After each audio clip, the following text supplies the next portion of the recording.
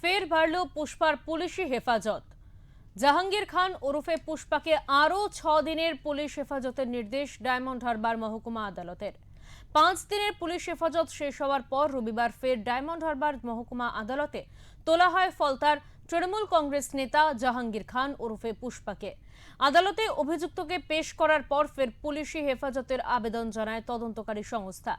মামলার তদন্তে এখনো বেশ কিছু গুরুত্বপূর্ণ তথ্য সামনে আনা বাকি রয়েছে বলে আদালতে দাবি করা হয়। সমস্ত পক্ষের বক্তব্য শোনার পর বিচারক জাহাঙ্গীর খান তাকে আরও 6 দিনের পুলিশ হেফাজতের নির্দেশ দেন। রবিবার আদালত চত্বরে নিরাপত্তা ছিল চোখে পড়ার মতো। অভিযুক্তকে আদালত আনার সময় কড়া পুলিশি নিরাপত্তার ব্যবস্থা গ্রহণ করা হয়। আদালত চত্বরে অপ্রীতিকর ঘটনা এড়াতে মোতায়েন করা হয় অতিরিক্ত পুলিশ বাহিনী।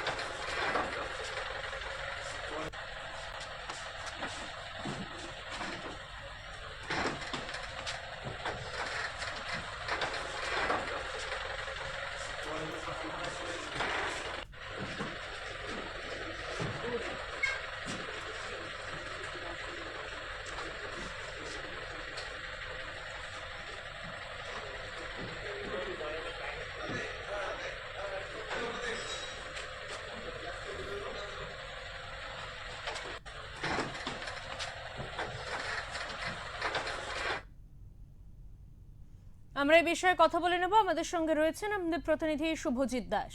শুভজিৎ, ফের আরো 6 দিনের জেল হেফাজত বাড়ানো হলো জাহাঙ্গীর খানের, এই বিষয়ে বিস্তারিত জানতে চাইবো তোমার কাছ থেকে।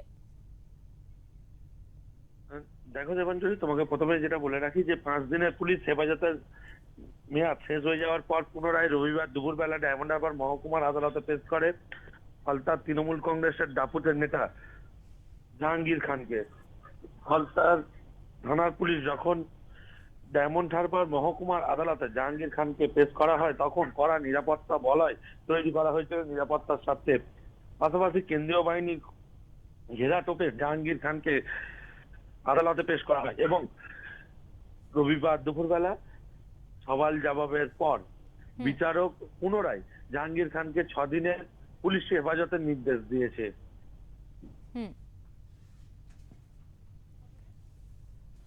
শুভজিৎ, এর পরবর্তীতে পুলিশের পক্ষ থেকে কি পদক্ষেপ নেওয়া হতে পারে, কিছু কি জানা যাচ্ছে সে বিষয়ে? হ্যাঁ, দেখা দেবাঞ্জলি, আরো পুনরায় যখন 6 দিনের পুলিশি হেফাজতের জন্য পুলিশ যখন জাহাঙ্গীর খানকে নেবে এবং বিভিন্ন তথ্য এবং বিভিন্ন প্রমাণ জোগাড় করবে এবং এবং একাধিক সময় হচ্ছে জাহাঙ্গীর খান যাদের ওপর অত্যাচার করেছিল তাদের সেই সমস্ত এবং সমস্ত দিক খতিয়ে দেখবে এবং পারলে জাহাঙ্গীর খানকে বিভিন্ন জায়গায় আবারও পুনরায় নিয়ে যাওয়া হবে, এমনটাই জানিয়েছে ফলতা থানার পুলিশ।